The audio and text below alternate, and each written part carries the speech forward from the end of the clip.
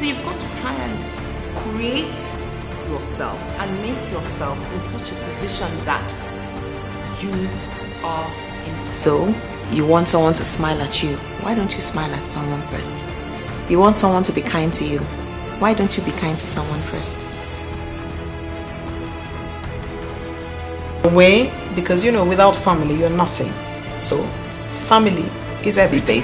How can you be a blessing to someone else today? I do believe that we'd make this world a much better place. Hello and welcome to Sisters Talk with me, Safin Smart. They say love is a language that everyone understands. But some people just don't like to speak the language. But I say that's okay. As long as you learn to keep the hatred and the spite in your space and don't spread it, then the world is just beautiful. Learn to treat people right. Never take people for granted, especially the ones in your life. Always, always be kind. And remember the simple rule of life. Treat people the way you want to be treated. So please do act right before it's too late to redeem that which you actually do have now. It is very much Sisters Talk, and it's now time for us to meet our sister of the day. She's one of the most recognizable faces in Nigeria. She has spent over 32 years as a broadcast journalist. She's also an author, a poet, a motivational speaker, a life coach, amongst a million other things. I don't understand how she does it, but one thing I do understand is she excels in every field. Today, she shares a story with us and tells us what it takes to be relevant in what we do. Meet Eugenia Abu, our sister of the day. My name is Eugenia Abu. I'm a broadcaster. I've been doing broadcasting for about 33 years now. I'm a mother. I'm a wife. Being a mother is one of my favorite things of all time. I enjoy it very much. I'm also an author. I'm a poet. I'm a writer. I'm an essayist.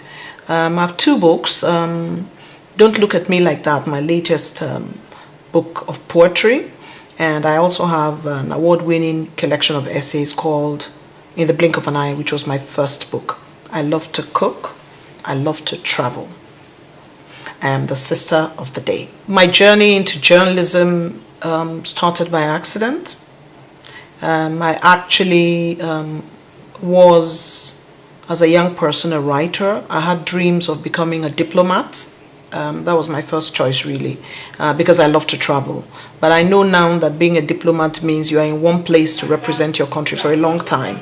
And maybe that wouldn't have been my thing at the time, because I love to travel quite spontaneously. So my journey into journalism started when I started work as information officer for the Benue State Ministry of Information, when I just finished my youth service many years ago.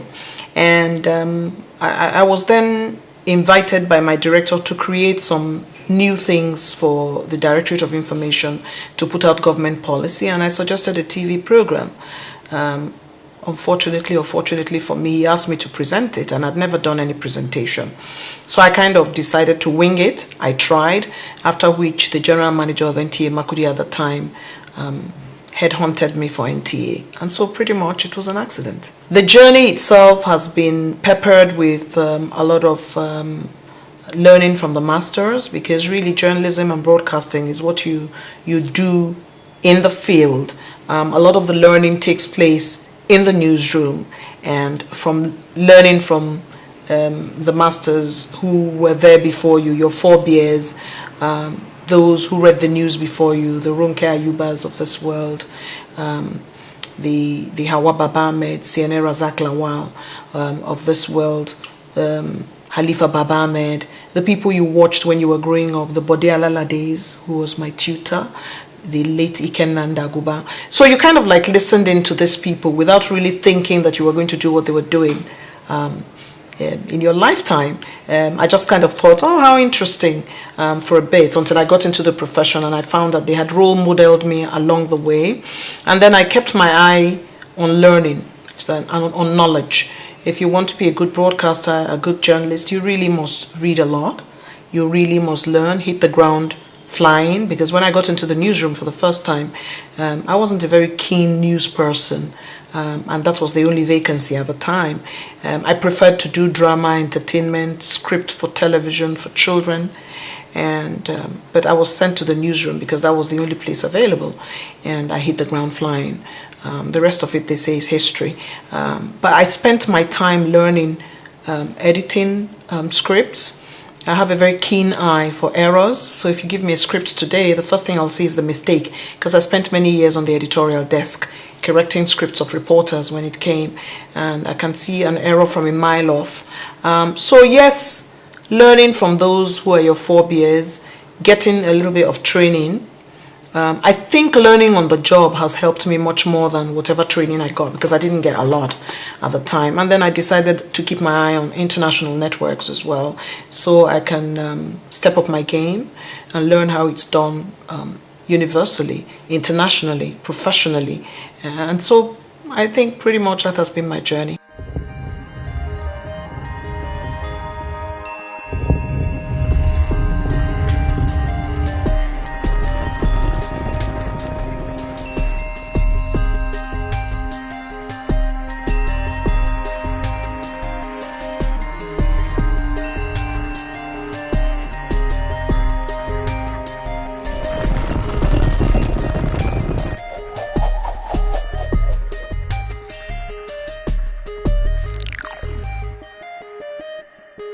You're the architect of your own destiny. You can do anything you want to do. You're smart, you're beautiful, you're lovely. You are who you are.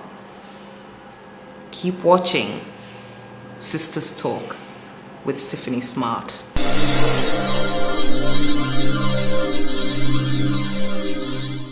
The challenges of being a journalist first is the hours. The hours are unforgiving, and I still maintain some of those hours today. You have to be really, really sharp at attention to detail. Whatever you miss can cause an accident on air. So the hours are pretty difficult. And if you're not hardworking, then you better not come here, because it requires your ability to stay on top of your game, to stay the tide.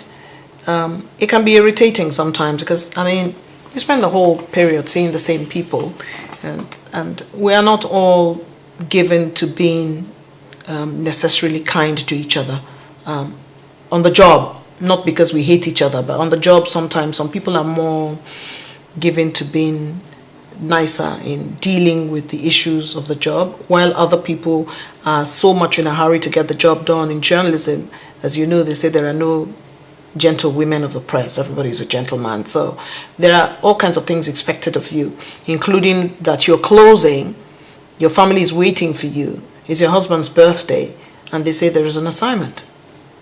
The show never ends, so you need to go. There is also that part which I find is a bit of a challenge, I think, everywhere you go, which is if you try to be efficient at your job sometimes, it rubs some people up the wrong way. And while you are not trying to show some people up as not doing their work well, your efficiency kind of shines the light on people who are inefficient, and those ones get really mad at you for no reason whatsoever. That's one of them. You also have to inhabit your own personal style, and not do what we say here in Nigeria as follow. You need to know who you are from the beginning, and therefore understand that if you wanted to be a broadcaster whose mantra is simplicity, then you have to keep it that way. I've always believed that being simple is everything, and that too much of everything really ruins the business. You know, it's show business, and you must understand that every time you're on air, there's one new fan. There's an old fan you need to keep happy. So yes, the hours. 2, it's very poorly paid.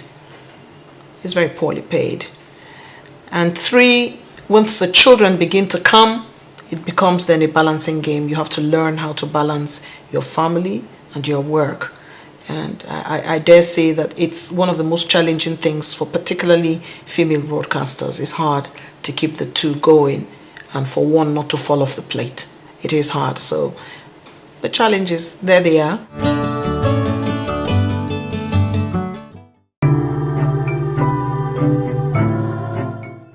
My wise words are empowered women empower women. And my name is Colleen Swain, and I'm from the United States. My wise words are never let your voice be silent. All of us are experts in our own experience. We all have our own life story, which teaches us many lessons. Always let your voice be heard, particularly as a woman, and don't let anyone silence you. My name is Angela Reid, and I am from Australia. Thank you for watching. You can watch the concluding part of this inspiring episode in a fortnight. And if you enjoyed the series as much as I enjoyed making it for you, please don't forget to spread the word by liking, subscribing, and sharing this program amongst your network of family and friends. Be smart and remember to treat people right. Take care. Bye-bye.